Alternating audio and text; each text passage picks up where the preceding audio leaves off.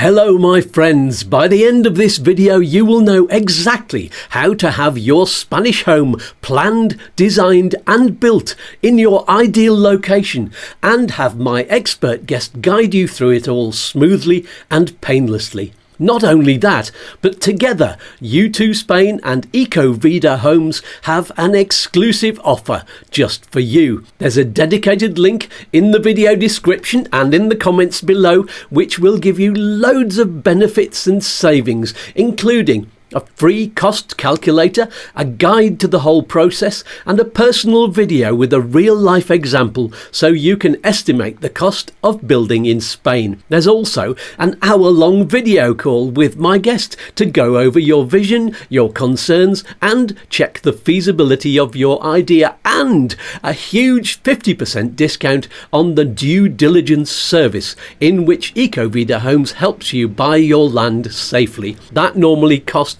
€1,550 at the moment for urban land, although it can vary, but that's a saving of €775 from the outset. So now you know where the link is, get ready to hear the interview with my delightful special guest, see some properties and let your imagination fly. And this isn't a one-off video, because when you decide to set off on your journey, we'll be with you every step of the way. Welcome to YouTooSpain.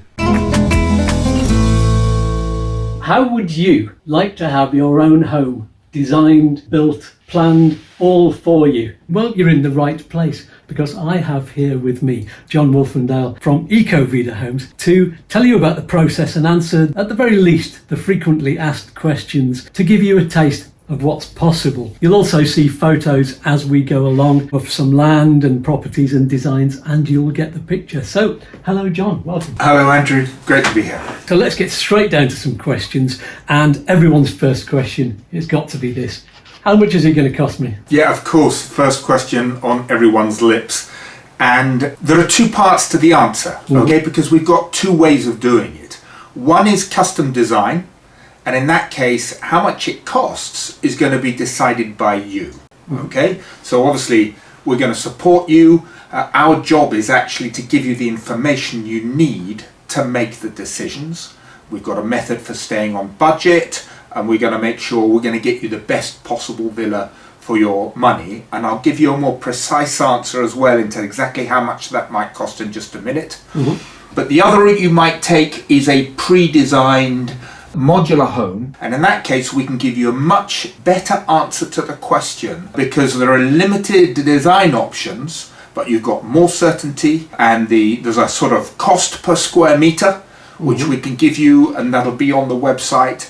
It's faster as well, because you've done it before. Yeah, absolutely. If you go for the custom designed option, there are three things that affect the cost: size, the complexity of the design, and the quality of the finishes. We're going to try and optimize those limitations to get you the best possible villa for your money.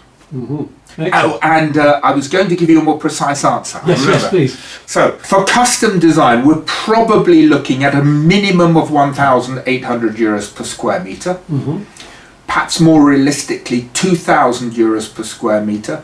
But it does depend a little bit in where in Spain that you are, and it might go up to, obviously there's no upper limit, but a reasonable sort of number is, say, maybe €2,500 per square meter, plus the costs of site preparation, which might include retaining walls and so on, plus everything outside of the villa or the house, because that's just a number for the house itself. So the swimming pool, the driveway, the front gate, the perimeter fence, all that is an additional cost, plus fees, plus taxes. Before we get started, we need to have a sensible conversation about how much it's going to cost, understanding your vision, some kind of feasibility conversation, so that you're not wasting your time. It's more or less going to be possible to do what you want to do before you even get started. Excellent. How much of a say does the buyer have in things like the design of the location, the land, and for example, the properties that you're involved with? Are they modern style? Are they going to be more traditional? Well, the location, of course, is decided by our clients. Often we're going to help them buy the land safely.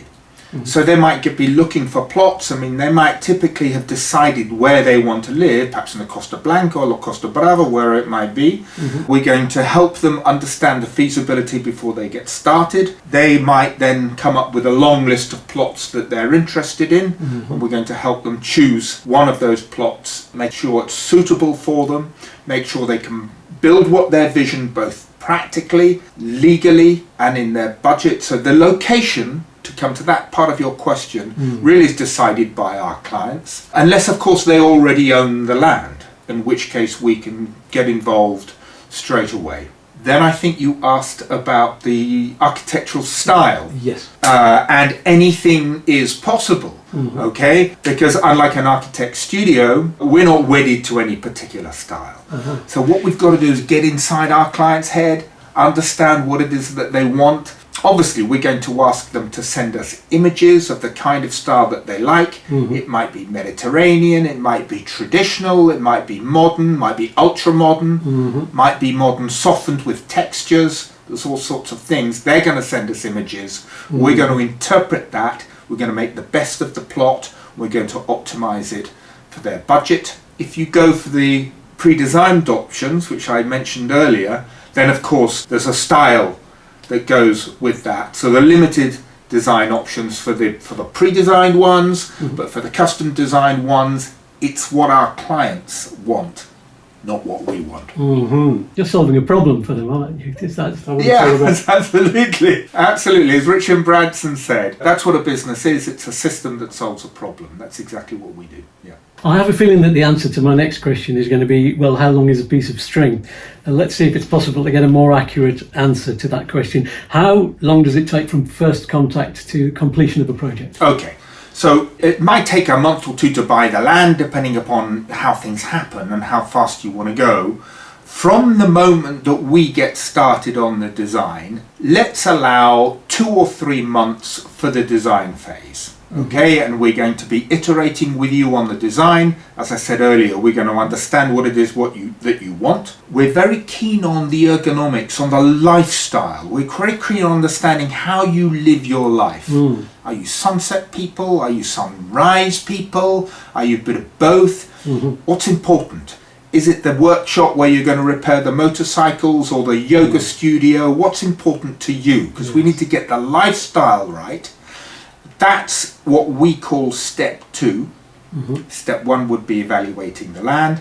So this is step 2, that's the design. Let's allow 2 or 3 months for that.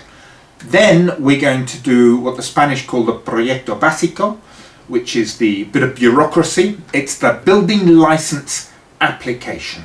And I'm afraid that's out of our hands. So that fast is 2 months, okay? Typical is say 6 to 9 months. And slow is over a year, and there are some municipalities in Spain that take over a year. I can tell you where they are if you're thinking about, but I will warn you before you buy the land where those might be in case you want to avoid those ones. So we've got say 2 or 3 months in the design phase. We've got between typically 6 months for the building license application to be approved. We're going to use that time, by the way, to do the execution project, which is the detailed bills of quantities and specification. And then step 4 is the execution project. Step 5 is the construction. This may, if it's a conventional structural system, it might be between 12 and 14 months. If it's an off-site construction system, then it might be between 6 and 9 months. So the answer to the question, how long does it take, depends on, there's 2 big things it depends on. One is the municipality, and the other is which structural system you opt for. So anything else that the buyer can expect to be facing? To make it easy to understand and digest, we've broken it down into 5 steps. Very briefly, step 1 is helping our clients evaluate and buy the land. If they've already got the land, then we can do step 2, which is the design phase.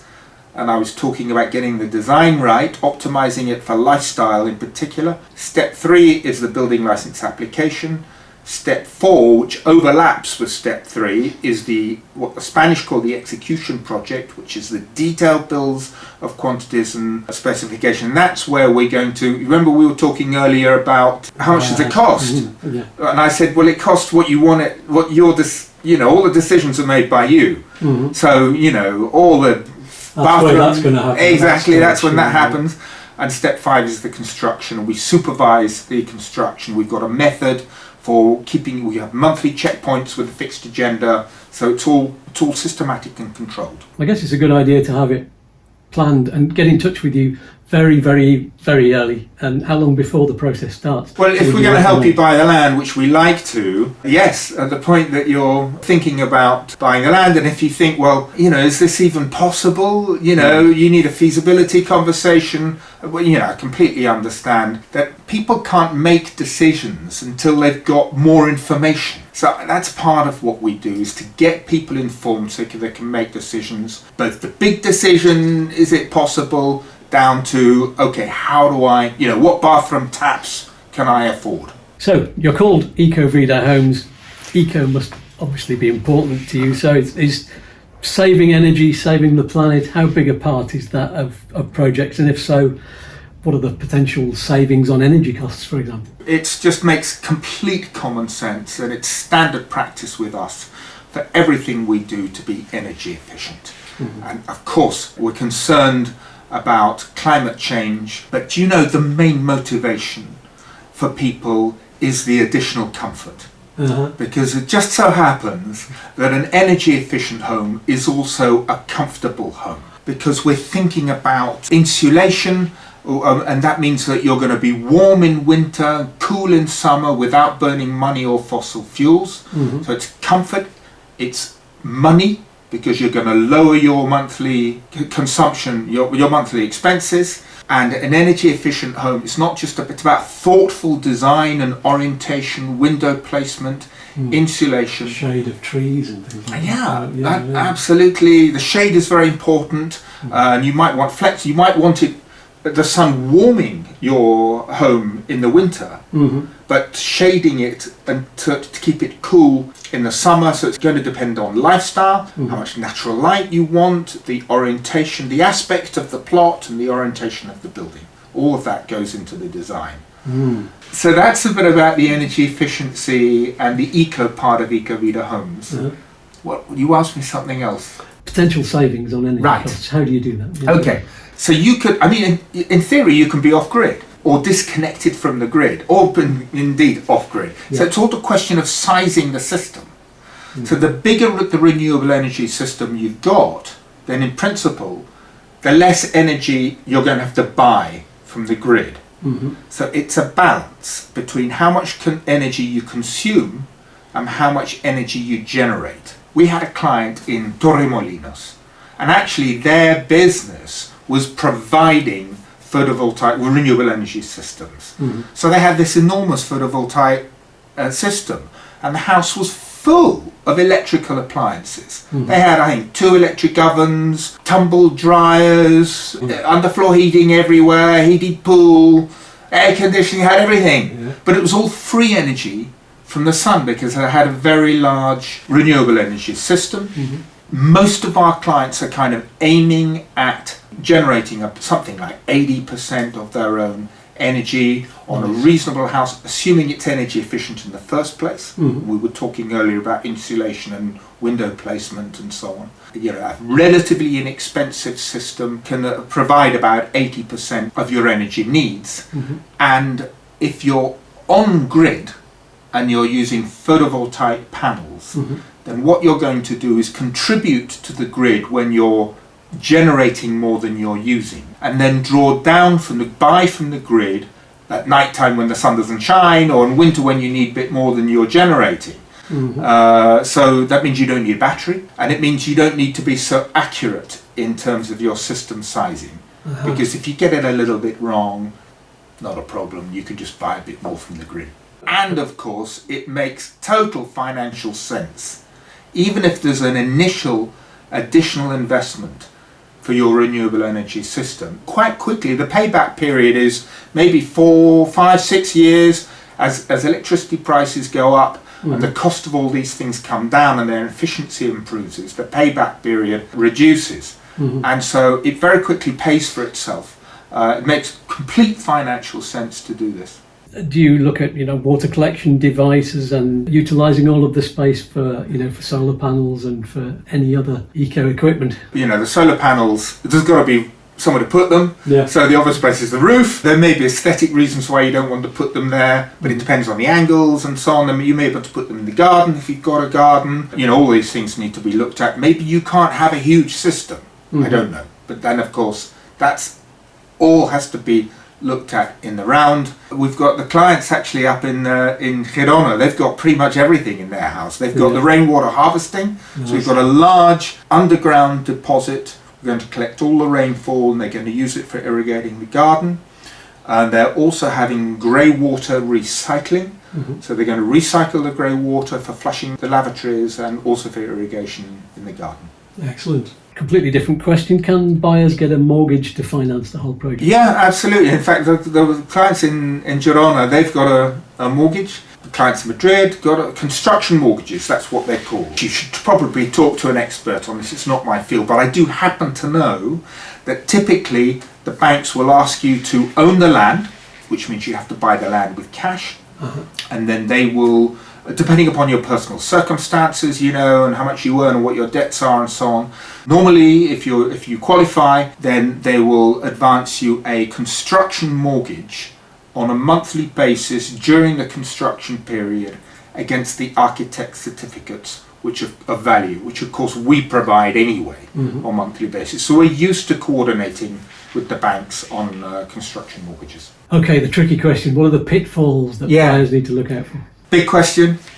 I think the biggest pitfall is international clients that come from a different legal, cultural and business environment, making false suppositions about how things are going to be when they come to Spain. It could be anything. I really think that they need someone who can understand what those mistaken suppositions might be and advise them. We're very strong. We've got, on the sort of British concept of the duty of care, where professionals have to look out for their clients' best interests, even in their clients' ignorance of what those things might be.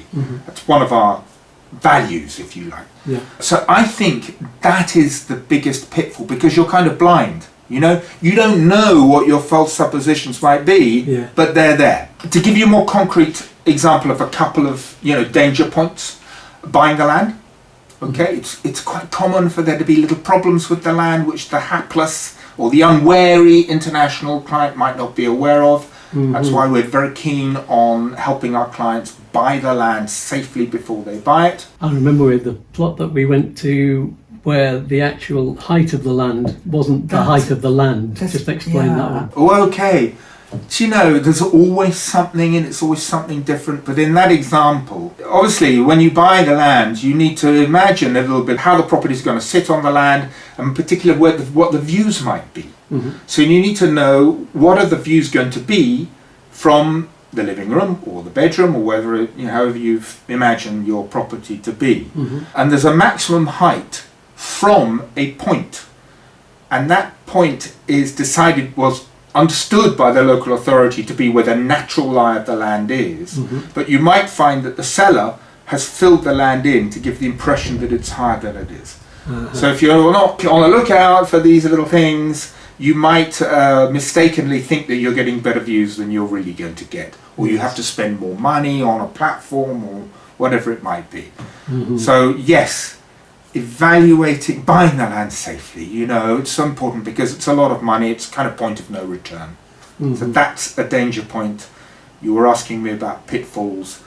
Another one I would say is, just make sure that your execution project, do you remember we were talking about the detailed bills of quantities and the specification? Every detail needs to be specified. The bathroom taps, the tiles around the pool, obviously all the windows, floors and doors. Don't leave that till later. It's normal in Spain to make these decisions later on the hoof. I think it's bad practice because it leaves on designs. Exactly. That's exactly. We wouldn't watch it if that didn't happen. Yeah. But if with us, we don't want that to happen. Okay, no cost overrun. So have a detailed project and have a complete project. It includes all the stuff on the outside, like the front gate and so on. Do you remember I was talking to you about the 3 villains in the story? Yeah. And I was talking about the whole purpose of EcoVidaHomes is to give our clients a smooth ride and an enjoyable experience. Yeah. For international clients that are thinking of building in Spain, that's the whole point of the business. And sometimes I think about we're all in a Hollywood movie, and the hero of the story is our client that wants to achieve their objective, which is their lifestyle transformation or their vision of their wonderful new home. The villains are going to get in the way, and the villains are cost overrun, the heavy bureaucracy, and unreliable people. And we were also talking earlier about how much I love Spain. You know, my family is Spanish, and I've been here all my life, and I'm really grateful for this country for allowing me to live here, and also for giving me my business opportunity, because those 3 villains give me the problems that we solve for our clients. So in a funny kind of way, I'm also grateful to Spain for giving me those problems, because those are the problems that we solve on behalf of our clients in order to give them a smooth ride and an enjoyable experience. Look into that camera and go, thank you, Spain. Thank you, Spain. That is excellent. Well, it's been a pleasure and a privilege chatting with you, John, and hearing about the exciting possibilities for our viewers. I mean, I absolutely love the idea of having a house designed and built to my specifications. I know I'd have some kind of recording studio built underneath, all kinds of things that come to mind. And I do have so many more questions to ask, but it's all about what I want rather than what the YouTooSpain viewers might have, because they'd have their own questions to ask. So people need to get in touch with you to talk about that. How would they do that? Well, as we've said, we'd love to give your viewers a discount if they get in touch with us through the link that you're going to provide them. In the video description and in the comments. If they would like us to help them evaluate the land, which is a paid-for service, then we'll give all of those people a discount if they get in touch with us that way. And the very first point of contact is probably going to be a video conference call with me. So Great. I look forward to meeting some of your viewers. Oh, lovely fans. Yes, absolutely. Well, I've had a great time. He's a pleasure to talk to. And if you've learned something or got excited by all of this, the prospect of having a home built for you, then do click on the like button, subscribe to YouTooSpain, and let's all give John a big virtual kiss and a hug and thank him for joining us here. We're actually in the Upsticks office, so a big thanks to Chris at Upsticks for letting us use this lovely space in the quiet. That's all for this video. If you decide to go through this life-changing experience yourself, do get in touch with John, and then maybe we can all have a tour of your completed property. When we get there, we'll all have a barbecue and some drinks around your wonderful house in Spain. So goodbye for now, everybody, and see you in the next video.